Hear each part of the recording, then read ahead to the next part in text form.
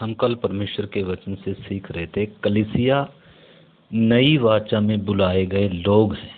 परमेश्वर ने हमें नई वाचा में बुलाया है।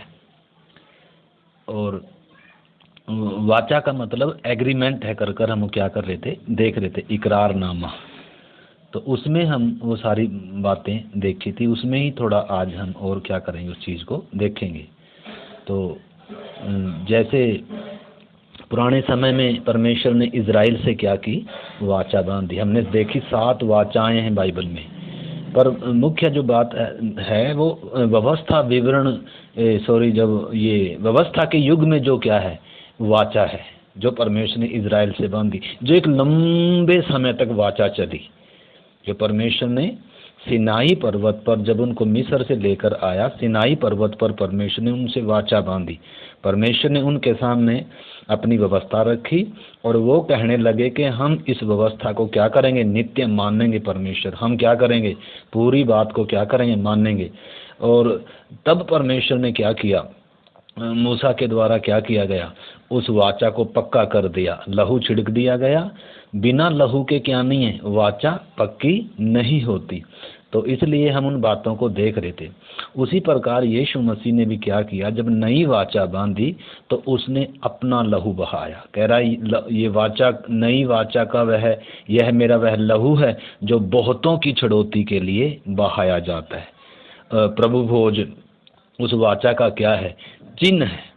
तो उस वाचा का चिन्ह क्या था, व्यवस्था में बहुत सारे पर्व थे, 7 पर्व थे, उनका खतना था। अब्राहम से परमेश्वर ने जो वाचा बांधी थी, उस वाचा का चिन्ह खतना था। तो ये सारी बातें थी, वो इन सारी उनका क्या करते थे, व्यवस्था का पालन करते थे। तो उसी आधार पर क्या थी, उनकी मिरास थी। उसी आधार पर उनकी मिरास पर क्या थी, भौतिक थी। उनकी मिरास क्या थी, तात्कालिक थी, शारीरिक थी, पारिवारिक थी, जमीनी थी, भौतिक बातें थी, भौतिक आशीषें थी। अगर वो परमेश्वर की व्यवस्था पर चलते हैं, अगर वो वाचा का पालन करते हैं, तो परमेश्वर उनको क्या करेगा, बहुतायत के साथ क्या करेगा, आशीष देगा। परमेश्वर उनके बीच में होगा, परमेश्वर उनका परमेश्वर होगा, और वो परमेश्वर के लोग, परमेश्वर उनके मध्य में वास करेगा। तो हमने समझना उस चीज़ को। ऐसे ही हमने समझना है कि परमेश्वर ने हमें भी क्या किया, हम नई वाचा में बुलाए गए लोग हैं। और नई वाचा पुरानी वाचा से कहीं क्या है, उत्तम है। इसमें उत्तम प्रतिज्ञाएं हैं, इसमें बलिदान भी क्या है, उत्तम है। उनमें पशुओं का बलिदान था, परंतु इसमें क्या है, परमेश्वर का स्वयं का बलिदान है। उनका मध्यस्थ कौन था, मूसा था। मूसा ने लहू छिड़कर, मूसा ने क्या किया, परंतु इस नई वाचा का मध्यस्थ कौन है, स्वयं प्रभु है, यीशु मसीह है। तो हम उन चीज़ों को देख रहे थे। तो कलीसिया के साथ परमेश्वर ने क्या बांधी है, वसीयत नामे का मतलब, एग्रीमेंट का मतलब या वाचा का मतलब क्या होता है, हम कल भी देख रहे थे कि परमेश्वर ने क्या किया, परमेश्वर ने कलीसिया के साथ क्या बांधी है, या परमेश्वर ने कलीसिया के नाम वसीयत लिखी। परमेश्वर ने अपना सब कुछ कलीसिया के नाम लिख दिया। हम वो चीज़ देख रहे थे, ठीक है ना। कब लिखा, हमने उस चीज़ को समझना। आज हम उसमें क्या करेंगे, थोड़ा देखेंगे। हम इस वाचा में हम भी क्या हैं, भागी हैं। और इस वाचा की उत्तम आशीषें क्या हैं। पुरानी वाचा क्या थी, तात्कालिक थी या भौतिक थी। या पुरानी वाचा क्या थी, उसके अक्षर क्या थे, पत्थर की पट्टिकाओं पर खोदे गए थे। परंतु हमने समझना है पुरानी वाचा कितनी भिन्न है, नई वाचा कितनी उससे क्या है, एकदम बिल्कुल क्या है, भिन्न है। पुरानी वाचा की मिरास भौतिक और तात्कालिक थी, परंतु नई वाचा की जो मिरास है वो आत्मिक है और अनंत है। वो आत्मिक आशीषें हैं ये। इसलिए बाहर पत्थर की पट्टिकाओं पर इसके वचन नहीं लिखे, परंतु आत्मा के द्वारा परमेश्वर ने मांस की हृदय रूपी पट्टियों पर ये व्यवस्था क्या की है, लिखी है। परमेश्वर ने पहले ही बोल दिया था, हमने कल पढ़ा था उसमें यिर्मयाह 31 का 31 से 34 तक परमेश्वर ने पहले ही बताया था कि मैं, क्योंकि इज़राइल क्या कर रहा था, उस वाचा को तोड़ रहा था। एक व्यभिचारिणी की नाई क्या कर रहे थे, वो मतलब संसार की रीति पर संसार की तरह क्या कर रहे थे, चलने लगे, संसार की तरह उन्होंने क्या किया। तो इसलिए बार बार परमेश्वर ने उनको चेतावनी दिया। यिर्मयाह की किताब हम देखते हैं, राजाओं का इतिहास देखें आप, शमूएल की किताब के बाद उससे पहले न्यायियों की पत्री, न्यायियों की जो, जब परमेश्वर उनको यहोशू के द्वारा कनान में ले आया, उसके बाद न्यायियों का समय आया। परमेश्वर से वो क्या करते आए, बीच बीच में हटते आए, ठीक है ना। यहोशू के जाने के बाद वो क्या होगी, अगली पीढ़ी जल्दी ही क्या होगी, परमेश्वर की उन बातों को, वाचाओं को क्या होगी, भूलने लगे। और परमेश्वर को जब त्याग देते थे तो परमेश्वर उनको शत्रुओं के वश में कर देता था। तो फिर वो चिल्लाते थे, फिर परमेश्वर उनको छुड़ाने वाला देता था, खड़ा करता था, कोई न्यायी को खड़ा करता था, फिर छुड़ाता था। कुछ साल वो ठीक चलते थे, फिर क्या हो जाते थे, वो भूल जाते थे और अन्य जातियों के समान करने लगते थे। ऐसा चलता रहा न्यायों की किताब में। फिर आगे शमूएल नबी आया, आगे हम देखते हैं फिर पहला राजा साउल आया, फिर दाऊद आया, फिर राजाओं का इतिहास शुरू हो गया। तो कितने राजा आए इज़राइल में, तो सारे ही राजा क्या थे, मूर्ति पूजक थे। और यहूदा में भी कितने राजा क्या थे, मूर्ति पूजक थे, अन्य जातियों के समान थे। और कई राजा क्या थे, धर्मी राजा थे, परमेश्वर की वाचा का पालन करने वाले थे, धर्मी थे। तो उस तरीके से हम देखते हैं। परंतु आखिर में क्या किया, ऐसे राजा आए, वो बिल्कुल ही क्या हो गए, परमेश्वर की व्यवस्था को, इज़राइल तो पहले ही हट गया, उसके बाद यहूदा भी क्या हो गया। तो यिर्मयाह नबी ने, और भी बहुत सारे नबी बीच बीच में आते खड़े हुए, जो परमेश्वर की ओर से उनको चेतावनी देते थे, संदेश देते थे मन फिराव का, कि परमेश्वर की वाचा का क्या करो, पालन करो, परमेश्वर ने जो व्यवस्था दी उसको क्या करो। परंतु इज़राइल अंदर पाप होने के कारण, क्योंकि उस वाचा की जो अक्षर थे वो आत्मा में या मांस और हृदय की पट्टियों पर नहीं थे, परंतु पत्थर की पट्टियों पर थे। क्योंकि मनुष्य का अभी पाप से क्या नहीं हुआ था, छुटकारा, वो सिद्ध बलिदान नहीं थे। इसलिए समर्पण जरूर करते थे वो, परंतु उस समर्पण में बने नहीं रहते थे। तो इसलिए वो क्या हो गए, उन्होंने परमेश्वर को समय समय पर क्या करते थे, वो त्याग देते थे। तो इसलिए वो यिर्मयाह कहता है, परमेश्वर उसके द्वारा कहता है कि मैं अंत के दिनों में एक इज़राइल के घराने के साथ एक नई वाचा बांधूंगा। तो नई वाचा इज़राइल के घराने के साथ कब होगी, 1000 साल के राज्य में परमेश्वर नई वाचा उनसे बांधेगा। परंतु उससे बढ़कर ये नई वाचा यीशु मसीह, हमने देखा लूका 22 अध्याय में यीशु मसीह कहता है, वाचा का यह वह लहू है जो बहुतों की छड़ौती के लिए बहाया जाता है। नई वाचा यीशु मसीह ने बांधी हमारे साथ। इसलिए हम उसके विषय में देखेंगे, प्रभु भोज का विषय। ओह क्या है, वाचा का चिन्ह है प्रभु भोज। तो प्रभु भोज के विषय में भी हम सीखेंगे, परंतु इस समय हम थोड़ा पिछली बातों को हम सीख लें, ताकि वाचा है क्या करके हमें क्या हो जाए, मालूम हो जाए। तो पहली वाचा परमेश्वर ने कब बांधी इनको, जब इनको मिस्र देश से क्या करके लाया, छुड़ा के लेकर आया, सीनाई पर ले आया। ये दलदल में थे, ये गुलामी में थे, इनके ऊपर अत्याचार होता था और ये रो रहे थे दिन रात, क्या करे। तो परमेश्वर ने इनको अपनी सामर्थी भुजा के द्वारा छुड़ाया, लाल समुद्र पार कराया और इनको सीनाई पर उकाब की नाई उठाकर लेकर आया। कल हम पढ़ रहे थे निर्गमन 19 अध्याय का 1 से लेकर आप 6 तक पढ़ना। उसमें हमने पढ़ा था कि तुमने देखा मैंने क्या किया, शत्रु से क्या किया, मिस्र से क्या किया और तुम्हारे साथ क्या किया, कैसे मैं तुम्हें छुड़ा कर यहाँ तक लेकर आया हूँ। इसलिए अब यदि तुम मेरी बातों को मानोगे, मेरी आज्ञा को मानोगे, मेरी बातों का पालन करोगे, तो निश्चय तुम मेरे क्या होगे, मेरी निज पर जाओ। ऐसे कर कर परमेश्वर क्या बता रहा है उनको। तो जब उन्होंने उन बातों को सुना, समझा, और तब वो भी क्या कह रहे हैं, हे परमेश्वर जैसे तू बोलेगा हम भी क्या करेंगे, वैसे ही हम भी करेंगे। तब परमेश्वर ने क्या किया, तब मूसा ने क्या किया, लहू लेकर उस किताब व्यवस्था की पुस्तक के ऊपर भी छिड़क दिया और वेदी के सिंगों पर भी और इन लोगों पर भी क्या छिड़क दिया। तो वाचा क्या होगी, पक्की होगी। अभी तक इनमें से कोई नहीं मरा था मिस्र देश से यहाँ तक, परंतु अब वाचा बांधने के बाद अब वाचा को तोड़ नहीं सकते हैं। वाचा इतनी गंभीर है, हमने समझना वाचा कितनी क्या है, इसमें लहू बहा है। अगर पुरानी वाचा इतनी अगर वो गंभीर थी तो वो उनमें से वाचा तोड़ने वाले उसके क्या नहीं बने, उस मिरास के भागी नहीं बने, साहब जंगल में क्या हो गए, नाश हो गए। हमने समझना। तो नए नियम में जो उससे उत्तम वाचा है और उत्तम प्रतिज्ञाएं हैं, इसमें उत्तम इसमें वायदे हैं, उत्तम इसमें बलिदान है, उत्तम इसका मध्यस्थ है, और ये शारीरिक नहीं, भौतिक नहीं है, आत्मिक है। तो इस वाचा के प्रति परमेश्वर कितना क्या होगा, गंभीर होगा। तो इसलिए हमने इस विषय को क्या करना है, हम नई वाचा में बुलाए गए लोग हैं, वो पुरानी वाचा में बुलाए गए लोग थे, उनकी मिरास मैं फिर कहता हूँ भौतिक थी, और वो कभी भी आत्मिक नहीं हुए, उनका कभी भी क्या नहीं हुआ, पाप से छुटकारा नहीं हुआ, ठीक है ना।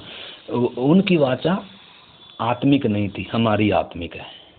उनकी सिर्फ परमेश्वर के साथ क्या थी, संगति थी जब वो वाचा का पालन करते हैं, और भौतिक आशीषें थी, परंतु हमारी आत्मिक आशीषें हैं, और हमारा परमेश्वर के साथ संगति ही नहीं है, नज़दीकीपन, इतना नज़दीकीपन है कि ये नई वाचा हमारा परमेश्वर के साथ नज़दीकी और गहरा संबंध स्थापित करती है।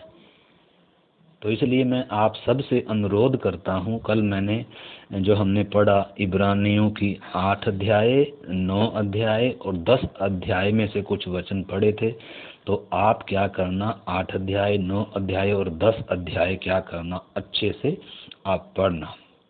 यीशु मसीह के विषय में उधर लिखा है, ठीक है ना, और उस नई वाचा के विषय में लिखा है, तो उसको आप पढ़ना। तो नई वाचा मांस की हृदय रूपी पट्टियों पर लिखी गई आत्मा के द्वारा।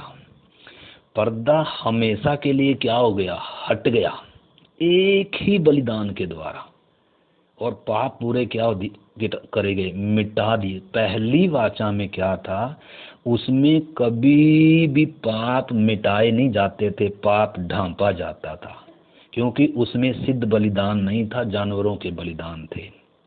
वो सिर्फ क्या थी, पुराने नियम में सिर्फ छाया थी, असली अब है वास्तविक, अब है आत्मिक। वो शारीरिक थी, वो भौतिक थी, वो छाया करके दी थी ताकि हम आत्मिक को समझ सकें। परमेश्वर आत्मिक और सही लाने से पहले परमेश्वर ने पहले क्या दिया, नमूना दिया। जैसे मूसा को भी परमेश्वर ने क्या दिया, पहले नमूना दिखाया, ठीक है ना, और फिर उन्होंने उस नमूने के अनुसार क्या किया, बढ़ा। तो परमेश्वर पहले असली लेकर नहीं आ रहा, पहले छाया दिखाई, पहले उसकी छाया दिया और तब असली को लेकर आया।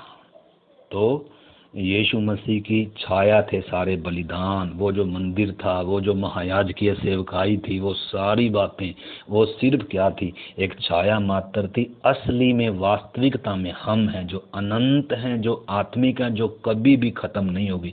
इसलिए पुराने नियम में मैं फिर कहता हूँ कि उनके पाप कभी धोए नहीं जाते थे, खाली ढांप दिया जाता था, क्योंकि बलिदान सिद्ध नहीं था। और दूसरा, उनका पर्दा जो परमेश्वर को इंसान से अलग करता है, पाप की जो दीवार है, वो पाप वो पर्दा रूपी पाप की दीवार कभी क्या नहीं हुई, हटी नहीं थी। परंतु जब यीशु मसीह ने बलिदान दिया अपना, तो पर्दा ऊपर से लेकर नीचे तक क्या हो गया, 2 भाग में फट गया। अब पापी का मेल परमेश्वर से होना क्या है, रास्ता खुल गया।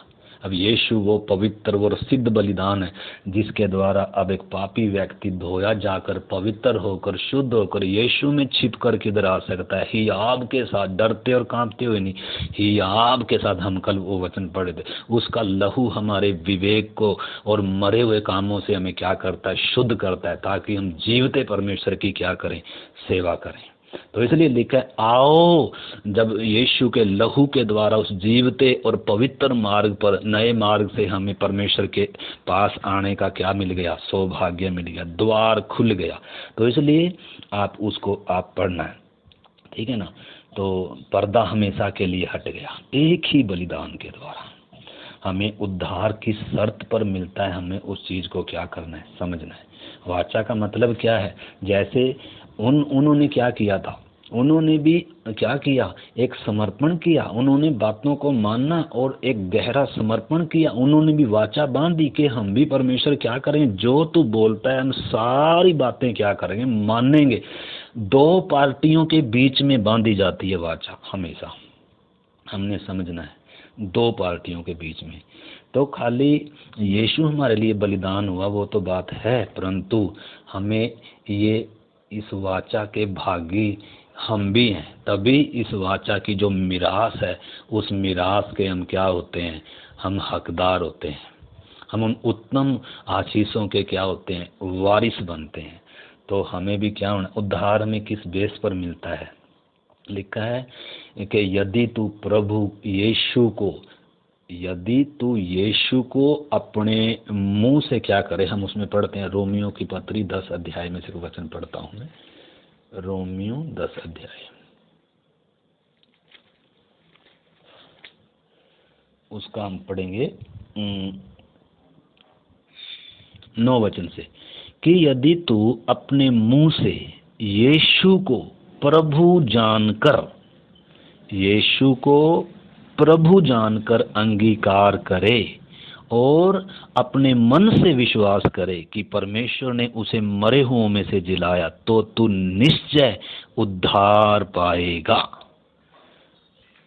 आगे 13 तक आप इसमें पढ़ सकते हो। तो इधर लिखा है, यदि एक व्यक्ति यीशु को प्रभु जानकर अंगीकार करे और अपने मन में विश्वास करे कि परमेश्वर ने उसे मरे हुओं में से जिलाया, वो मेरे लिए मरा, मैं गुनहगार था, मैं पापी था, यीशु मसीह मेरे लिए कीमत दिया, ऐसे कर कर जो विश्वास करता है यीशु के उसके देह धारण पर, यीशु के जीवन पर, यीशु की क्रूस की मृत्यु पर, यीशु के जी उठने पर और यीशु के स्वर्गारोहण और दोबारा उसके पुनरागमन पर जो विश्वास करता है, मन से विश्वास करता है और अपने मुंह से यीशु को प्रभु जानकर अंगीकार करता है, तो वो निश्चय क्या पाएगा, उद्धार पाएगा।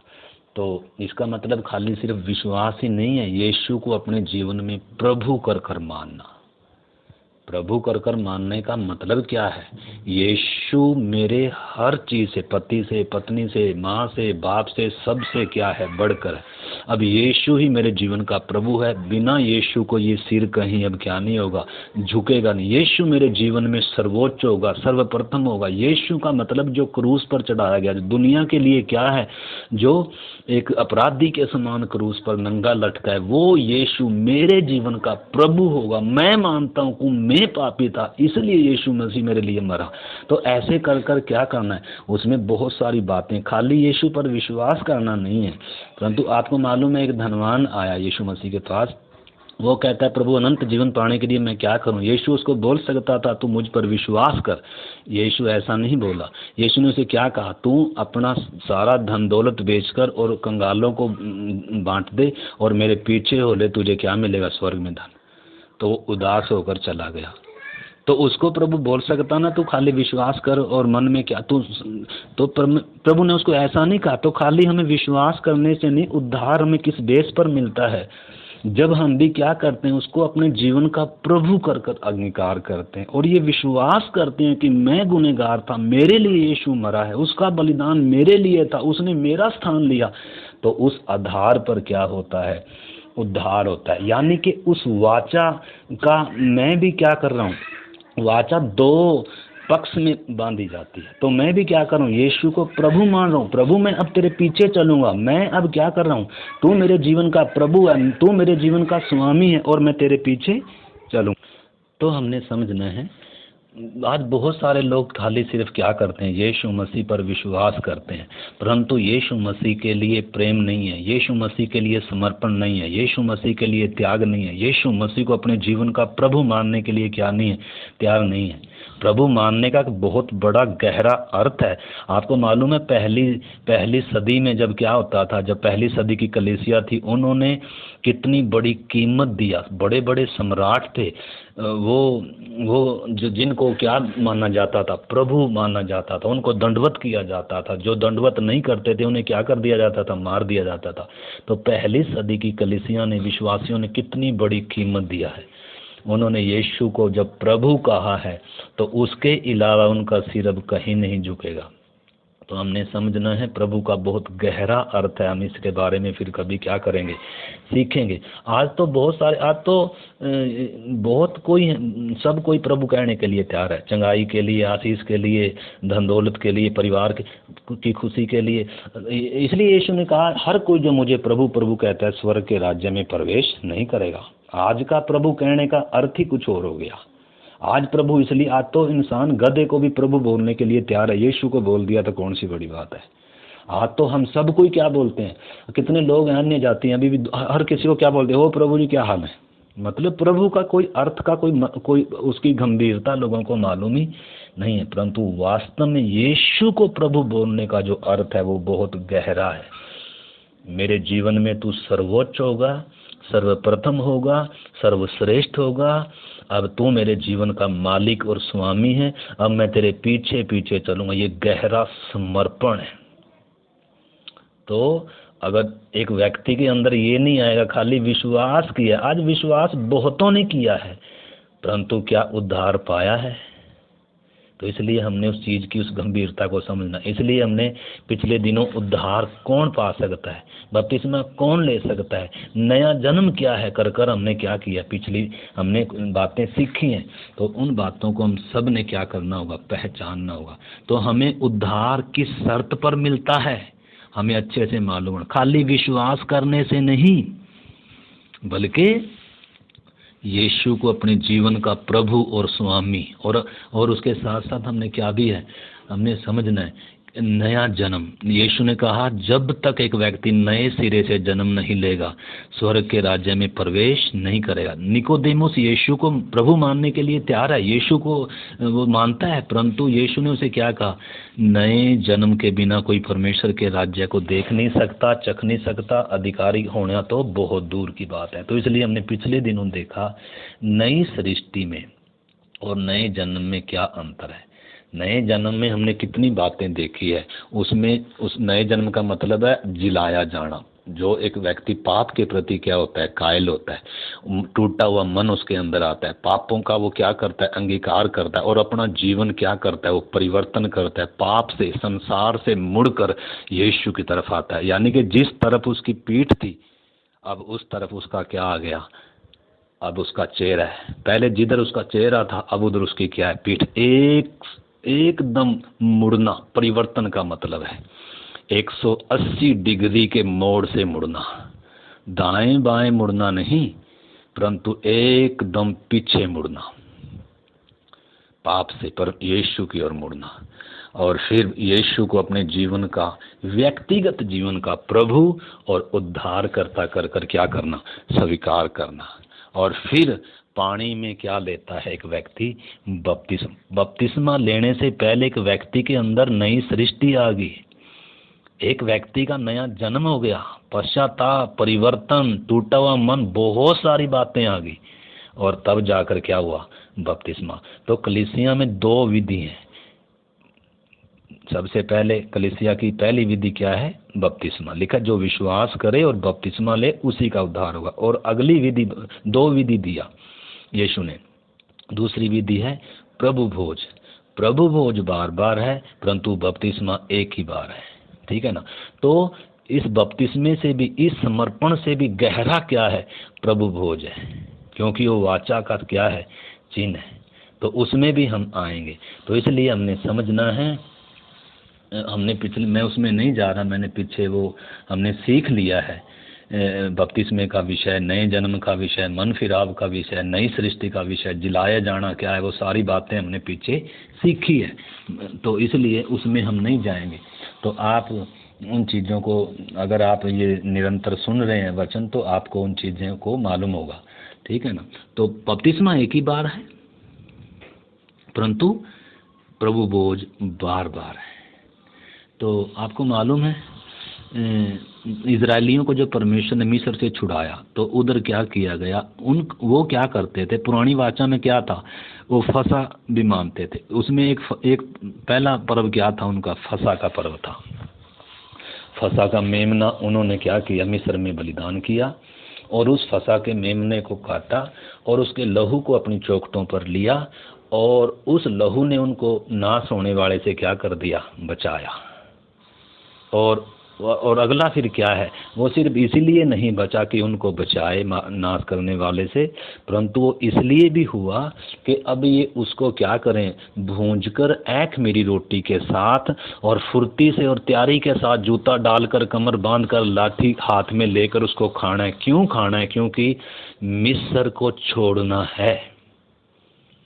आप अब क्या हैं, परदेसी हैं, अभी मुसाफिर हैं। आपने एक सफ़र शुरू करना है।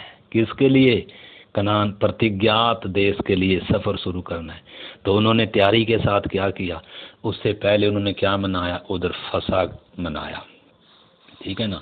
तो उन्होंने अपने घर में से वो, तो उधर परमेश्वर ने क्या भी दिया उनको कि ये फसा का जो पर्व है आपने हर साल क्या करना है, हर साल इसको आपने क्या करना है, मनाना है। तो यहूदी लोग उस समय से क्या करते थे, फसा का पर्व मनाते थे। जब यीशु मसीह ने प्रभु भोज का वो विधि दिया, जो वाचा जो वो बता रहा है, नई वाचा बांध रहा है, तो उससे पहले प्रभु यीशु ने भी क्या लिया, प्रभु भोज खाया उन्होंने चेलों के साथ मिलकर। और जिसमें कौन भी था, यहूदा इस्करियोती भी शामिल था।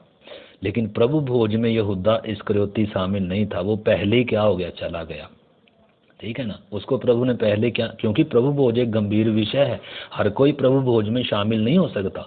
हाँ, उस फसा में तो क्या थे, सब लोगों ने फसा लेना था, तो परंतु प्रभु भोज उससे भी गहरा विषय है। तो इसलिए यहूदा को उसमें हाथ डालने नहीं दिया, वो पहले क्या हो गया, चला गया। तो हमने समझ, इसलिए पौलुस भी कहता है जो इस रोटी में से खाए वो पहले क्या कर ले, अपने आप को जांच ले। ये एक गंभीर विषय है, तो हम इसके विषय में सीखेंगे अभी आने वाले दिनों में। प्रभु भोज में हम भागी होंगे और इसमें हम क्या होंगे, इसमें शामिल होंगे और इसके विषय में और हम सीखेंगे। तो फसह का पर्व वो क्या करते थे, मानते थे। आपको मालूम है पिछले दिनों हम जो विषय सीख रहे हैं, तो इजरायलियों का पहला फसह का पर्व कहाँ था, मिस्र में था। अब्राहम फसा नहीं मनाता था, इसहाक फसा नहीं मनाता था, और याकूब नहीं मनाता था, और ना याकूब का परिवार मनाता था। परंतु जब ये मिस्र में गए, वो वहाँ गुलाम हो गए, और उधर से जब इनका छुटकारा उस मेमने के द्वारा हुआ, वो जो फसा का मेमना वध हुआ, तो उधर से इनकी उनको वो यादगारी में इन्होंने हर साल क्या मनाना था, फसा का पर्व, कि कैसे हम गुलामी में से छुड़ाए गए, कैसे वो मेमना हमारे लिए वध हुआ, कैसे हमारी मौत उस मेमने ने लई और उसके लहू के द्वारा हमारा छुटकारा हुआ, और कैसे उसके खाने से हम बलवंत होकर और अपना सफ़र शुरू, एक नई ज़िंदगी की हमें क्या मिली शुरुआत, उस फसा ने हमें क्या दी, एक नई शुरू। इसलिए वो यादगारी में क्या करते थे, हर साल क्या करते थे, फसा को क्या करते थे, मनाते थे। उसी प्रकार हमें भी यीशु ने कहा, जब तुम इकट्ठे होते हो तो क्या करना है, क्या करना है। इसलिए प्रभु भोज बार बार उसकी मृत्यु को क्या करते हैं, स्मरण करते हैं। उसमें हम आगे आकर देखेंगे। तो अभी प्रभु के दास ने भी हमें सिखाया कि इन्होंने पहला फसा इनका किधर मनाया, इन्होंने मिस्र में मनाया। उसके बाद दूसरा फसा इन्होंने किधर मनाया, सिनाई पर्वत पर मनाया, जब इन्होंने व्यवस्था मिल गई, और जब उधर 2 साल के करीब, मेरे ख्याल में कुछ, हाँ ऐसा ही है, एक काफ़ी लंबा पुड़ाव था इनका वहाँ सिनाई पर्वत पर। और जब वहाँ से ये चले तो फसा का पर्व मना कर चले, उधर मनाया इन्होंने। और उसके बाद एक लंबे करीब 38 साल के बाद, मरुभूमि का लंबा सफ़र काटने के बाद, जो अविश्वास में रहे, या जो बुड़बुड़ाते थे, या जो क्या करते आए, मिस्र की बातों पर जिनका मन लगा था, जिनके अंदर से मिस्र निकला ही नहीं था, जिन्होंने उस गंभीरता को समझा ही नहीं है, परमेश्वर के छुटकारे को, वो जंगल में क्या हो गए, सब नाश हो गए। वो उस फसह में क्या नहीं हुए, दोबारा शामिल नहीं हुए। परंतु यर्दन पार करने के बाद, तो सबसे पहले उन्होंने क्या किया, अभी हमने पिछले दिनों सीखा, यर्दन पार। और यर्दन पार के बाद क्या किया उन्होंने, गिलगाल का मतलब वो खतना किया वहाँ उनको, तो उनका खतना क्या था? शरीर का था। परंतु अब हमारा खतना किसका है? असली, यीशु ने कहा, परमेश्वर का वचन कहता है असली यहूदी कौन है, या असली खतना क्या है? जो आत्मा का है, जो मन का है, जो हृदय का है।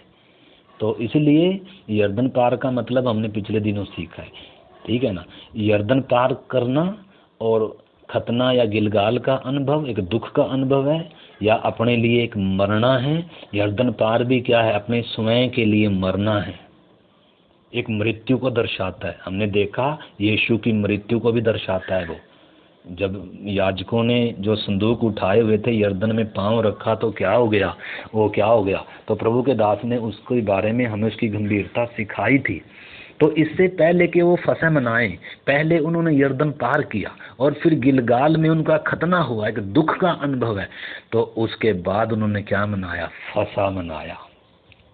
और फसह मनाने के बाद आगे फिर उनका आया यरीहो आया, और वो आगे सारी मसीह जीवन, जयवंत मसीह जीवन हम सीखते आ रहे हैं, ठीक है ना। तो इसलिए हमने समझना है कि इन्होंने फसह कब मनाया था? तो पहले यर्दन पार, स्वयं के लिए मरना। तो अगर ये जो बातें थी, जो छाया थी सिर्फ, या जो भौतिक थी, अगर उनके लिए ऐसी गंभीर बातें थी, उनने फसह कब मनाया? पहले यर्दन पार किया, खतना हुआ गिलगाल में, और फिर फसह मनाया। पहले फसह नहीं मनाया उन्होंने। फसह मनाने का मतलब है वो उसको क्या कर रहे हैं? उसको याद कर रहे हैं, उस मेमने को, उस फसह को, उसको याद कर रहे हैं। हम कहाँ से छुड़ाए गए? परमेश्वर ने हमें कितना प्रेम किया, और जो उसने हमें प्रतिज्ञा देश का वायदा किया था, वो उधर हमें क्या कर रहा है? लेकर चल रहा है, लेकर आ रहा है। तो एक गहरा क्या था? एक समर्पण है। वो उस वाचा, उसको क्या कर रहे हैं? उसको स्मरण कर रहे हैं, ठीक है ना। तो इसलिए हमने समझना, एक लंबे समय बाद उन्होंने फसह मनाया। तो इसलिए हमने समझना है कि बपतिस्मे से भी गहरा समर्पण है ये प्रभु भोज है। जो ये वाचा का क्या है? चिन्ह है। इसमें मैं भी क्या बांध रहा हूँ?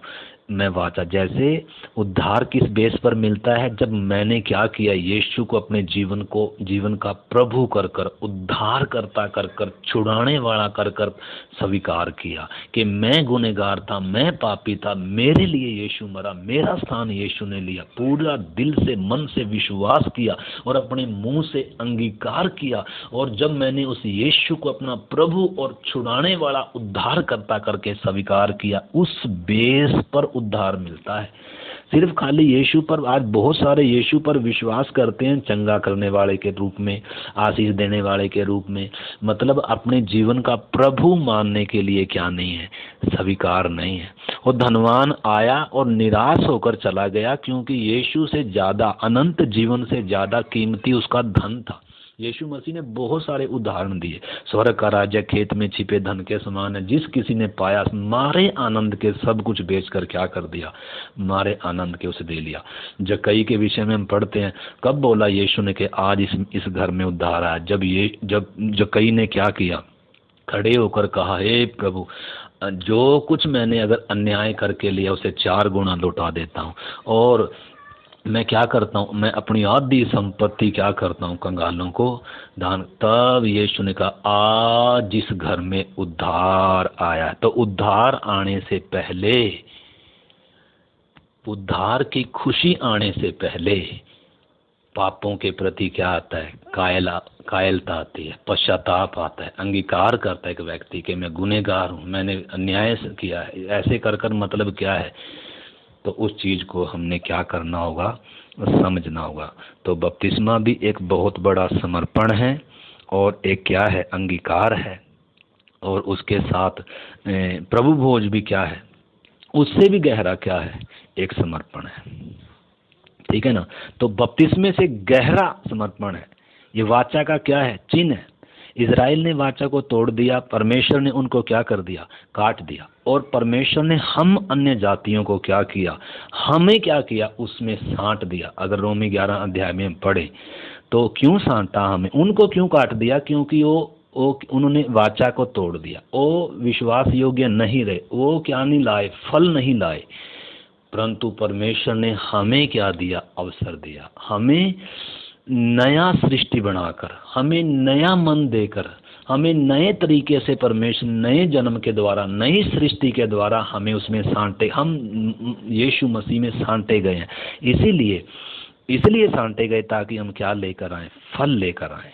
इसलिए यीशु ने कहा जो डाली मुझ में और नहीं फलती वो पिता क्या करेगा? परमेश्वर किसान क्या करेगा? छांट देगा। पहले इजराइल छांट दिया, काट के फेंक दिया, और अब हमें सांटा है। अगर हम भी फल नहीं, तो हमारा फल क्या है? अगर हमें बपतिस्मा भी लिया है और प्रभु भोज भी, अगर फल नहीं है तो ये हमारे लिए क्या हो जाएगा? फिर प्रभु भोज भी और बपतिस्मा भी फिर हमारे लिए क्या नहीं होगा?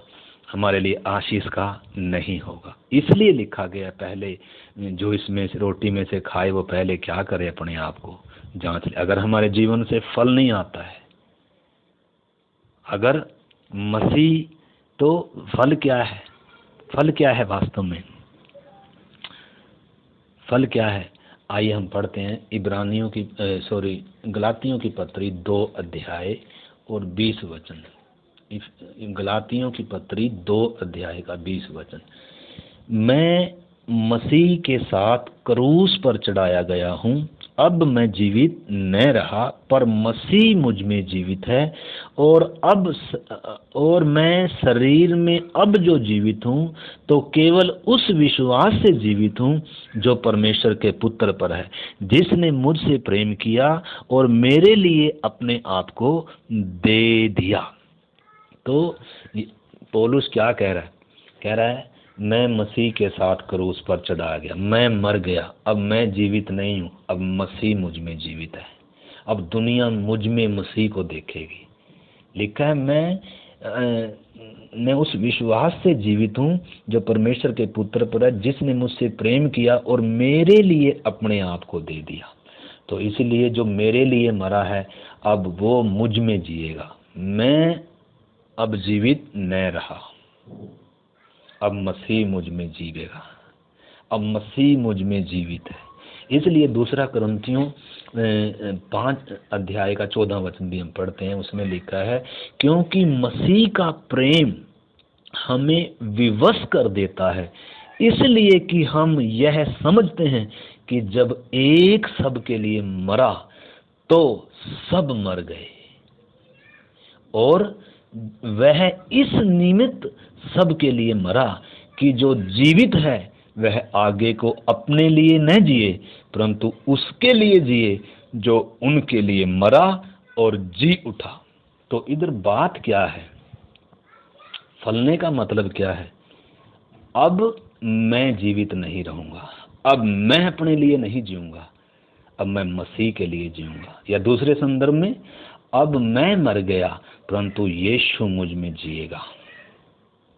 उसका प्रेम मुझे विवश करता है कि अब मैं अपने लिए नहीं परंतु उसके लिए, मुझ पापी को उसने पाप की गंदगी से उठाया, अपने लहू से धोया।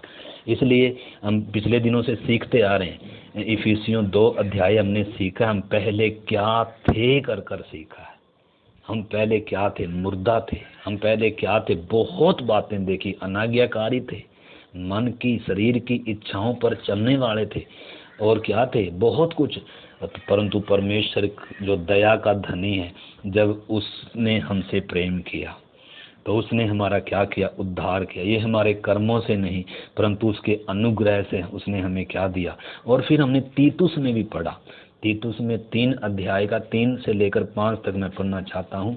ये कई बार हम पढ़ चुके हैं लेकिन एक बार और मैं पढ़ना चाहता हूँ। उसमें लिखा है पहले हम क्या थे, जब मैं अन्य जाति था, जब मैं पहले क्या था।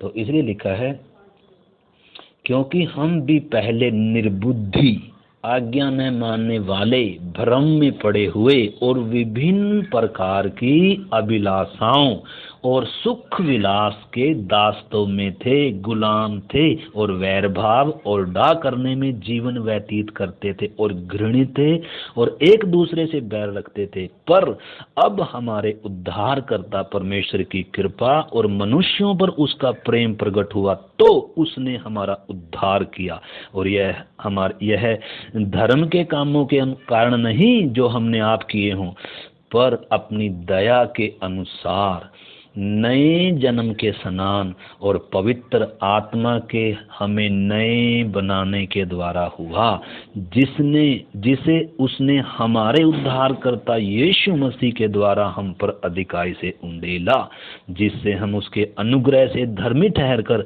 अनंत जीवन की आशा के अनुसार वारिस बने।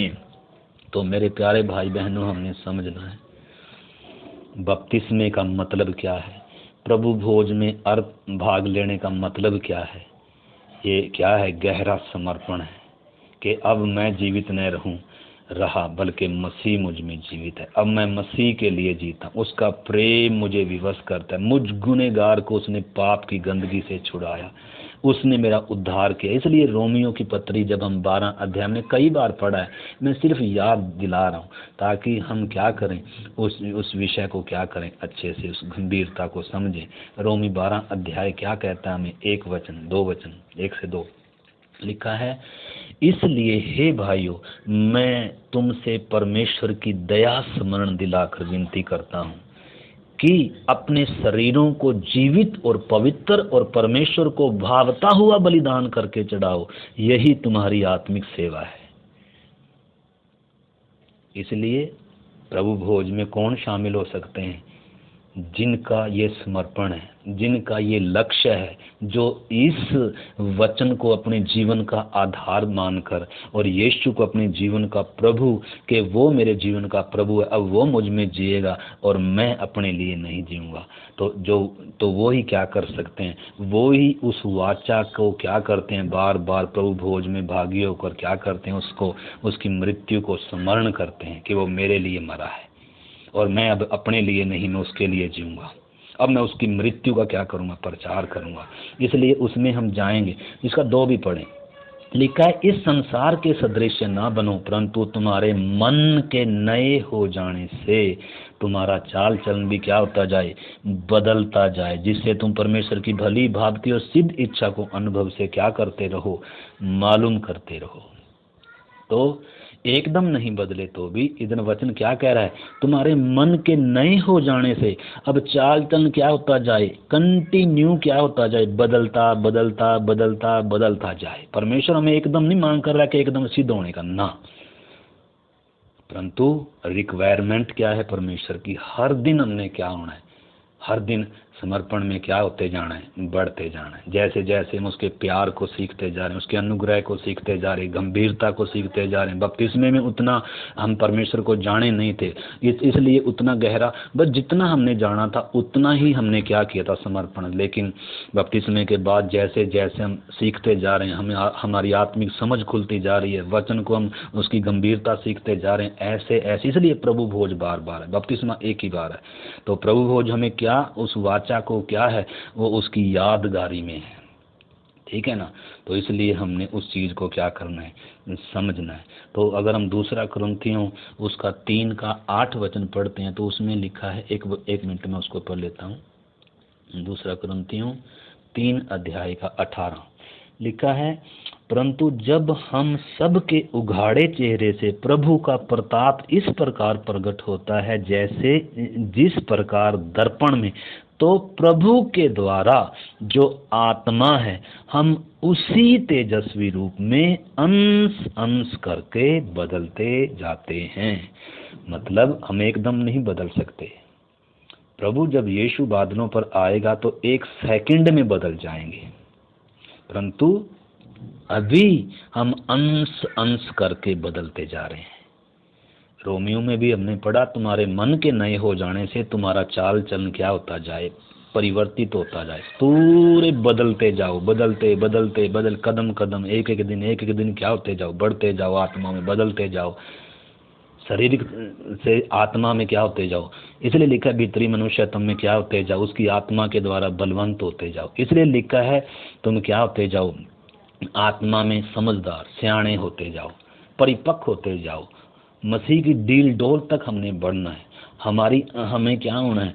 हमें सिर्फ बच्चे ही बना नहीं रहना, दूध ही नहीं, बल्कि हमें क्या करना है? हमें बालक से आगे हमें और बढ़ना है। लिखा है, बच्चों को, बालकों को धर्म के वचन की क्या नहीं है? पहचान नहीं है। इसलिए पौलुस कहता है, दूध बच्चों के लिए, परंतु अन्न किसके लिए? सयानों के लिए है। तो इसलिए हमने समझना है, रोमियो में भी हमने पढ़ा और कुरिन्थियों में भी हमने पढ़ा, हम अंश अंश करके क्या होते जाते हैं, बदलते जाते हैं। इसलिए हम वो वचन, एक गीत भी पढ़ते हैं, वो गीत है 54 नंबर गीत है वो, उसके बोल कुछ ऐसे हैं, मैं उस गीत के बोल पढ़ूंगा आपके सामने। 54 नंबर गीत है, लिखा है, जब से प्यारा यीशु आया मेरा जीवन बदल गया, और जब से मैंने उसे पाया मेरा जीवन बदल, इस जहान की गंदगी से मुझे उठाया, जान देकर मुझे गुनाहों से है बचाया, इसलिए मेरा मन मेरी काया मेरा जीवन बदल गया। जब से प्यारा यीशु आया मेरा जीवन बदल गया, मुझे खरीदा है मसीह ने खून देकर, मैं हूँ उसका मेरा न कोई सिवाय उसके, पुत्र ने है पिता से मिलाया मेरा जीवन बदल गया। जब से प्यारा यीशु आया मेरा जीवन बदल गया। आगे लिखा है, मेरी राहों में ना कांटे अब रहेंगे, मेरी मंजिल में ना मातम अब होंगे, हो गया दूर है मौत का साया मेरा जीवन बदल गया, जब से प्यारा यीशु आया। आगे लिखा है, रात काली बीत गई हुआ सवेरा, सुबह का तारा देखो चमका यीशु मेरा, इसलिए मैंने यह गीत गाया मेरा जीवन बदल गया। तो हमने समझना है, यीशु जब हम बपतिस्मा लेते हैं, नई जन्म पाते हैं, नई सृष्टि हो गई, पुरानी बातें बीत गई, जीवन बदल गया, परंतु उसके साथ साथ हम देख रहे हैं हमारा चाल चलन एक एक दिन क्या भी होता जाए, बदलता जाए, अंश अंश करके हम मसीह के स्वभाव में क्या होते जाएं, बदलते जाएं। मसीह की तरह मेरी सोच, मसीह की तरह मेरा मन, मसीह के पद चिन्हों पर चलने वाला मेरा जीवन, मसीह की तरह पिता को प्रसन्न करने वाला जीवन, मसीह की तरह दूसरों के लिए जीने वाला जीवन ऐसे होता जाए। अगर सिर्फ बपतिस्मे वाला ही समर्पण आज तक भी है तो इसका मतलब मैं बढ़ नहीं रहा हूँ। तो प्रभु भोज क्यों है? ताकि हम क्या होते जाएं, हम परिपक्व होते जाएं। हर दिन क्या करें, उस अगर थोड़ा सा भी प्यार ठंडा हो, थोड़ा सा भी समर्पण कम हो, तो हम स्मरण करें, मैं अपने लिए अब नहीं जीऊँगा, मैं अपने लिए मर गया, अब यीशु मसीह मुझ में जिए, अब दुनिया मुझ में यीशु को देखेगी। तो इसलिए हमने उन बातों को क्या करना होगा। तो इजरायली जैसे निर्गमन 24 अध्याय में हमने देखा, वो समर्पण किया कि हम नित्य प्रभु क्या करेंगे, माने, उसी प्रकार हमें क्या करना है, हर दिन क्या करना है, समर्पण करना है। खाली यीशु को प्रभु बोलने से काम नहीं होगा, इसलिए हमने समझना है। आइए हम एक दो वचन और पढ़कर जल्दी प्रार्थना करेंगे। लूका 6 अध्याय का 44 वचन हम देखते हैं। लूका 6 का 44, इसमें प्रभु यीशु क्या कह रहा है, जब तुम मेरा कहना नहीं मानते तो क्यों मुझे प्रभु प्रभु कहते हो।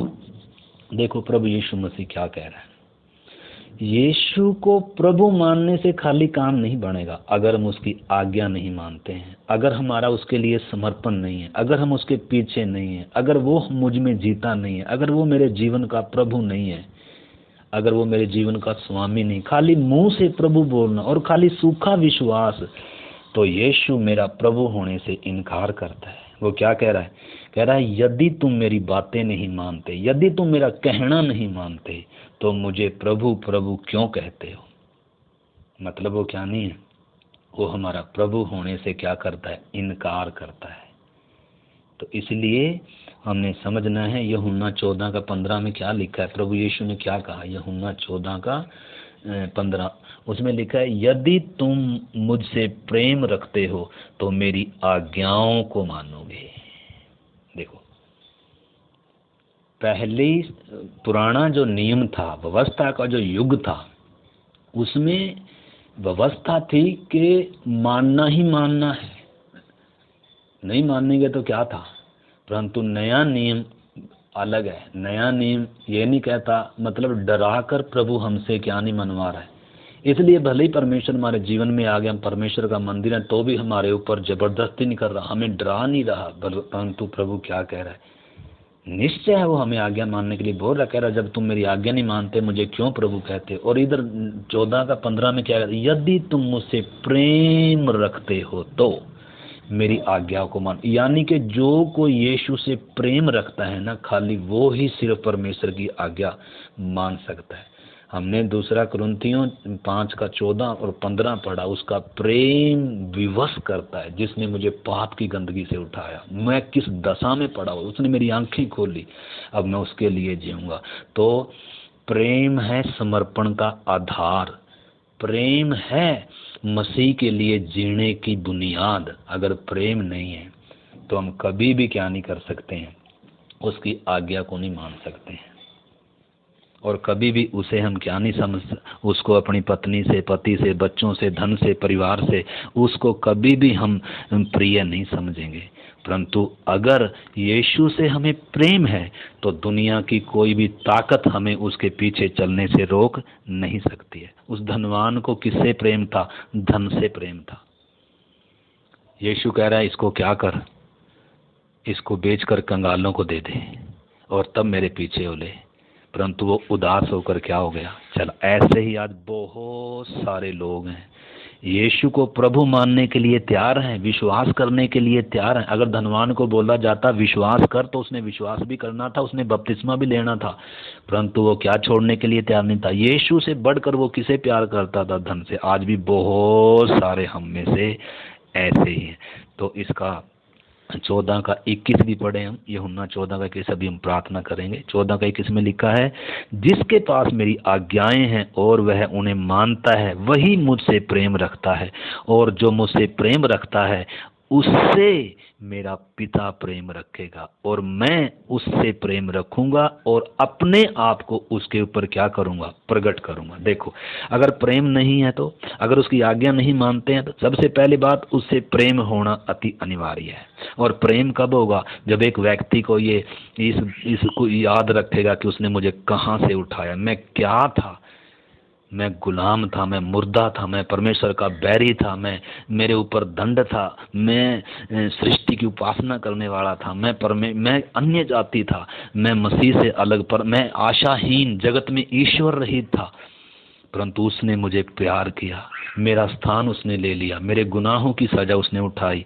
जब उसका प्रेम अंदर आता है, और ये प्रेम कैसे ही आता है? सिर्फ वचन सुनने से ही नहीं, लिखा है उसकी, रोमी 5:5 में लिखा है, उसकी आत्मा के द्वारा परमेश्वर का प्रेम हमारे मनों में डाला जाता है, डाला गया है। तो इसलिए ये प्रेम ईश्वरीय प्रेम है, ये प्रेम निस्वार्थ प्रेम है। तो इसलिए हमने समझना है, यीशु क्या कह रहा है, जिसके पास मेरी आज्ञाएं हैं और वह उन्हें मानता है वही मुझसे प्रेम रखता है, और जो मुझसे प्रेम रखता है उसे मेरा पिता प्रेम रखेगा, और मैं उससे प्रेम रखूंगा और अपने आप को उसके ऊपर प्रकट करूंगा। तो अगर यीशु ने मुझ पर अपने आप को प्रकट करना है, और यीशु ने मेरे पिता ने लिखा है, पिता तो उसे प्यार रखेगा और मैं भी उससे प्यार रखूंगा और अपने आप को उसके ऊपर प्रकट करूंगा। और 23 में आगे क्या कहता है, लिखा, यीशु ने उनको उत्तर दिया, यदि कोई मुझसे प्रेम रखेगा, तो शर्त है, यदि कोई मुझसे प्रेम रखेगा तो आज्ञा तो मानेगा, और उसके अलावा लिखा है, वह मेरे वचन को मानेगा और मेरा पिता उससे प्रेम रखेगा, और हम उसके पास आएंगे और उसके साथ वास करेंगे। और जो मुझसे प्रेम नहीं रखता वह मेरे वचन को नहीं मानता।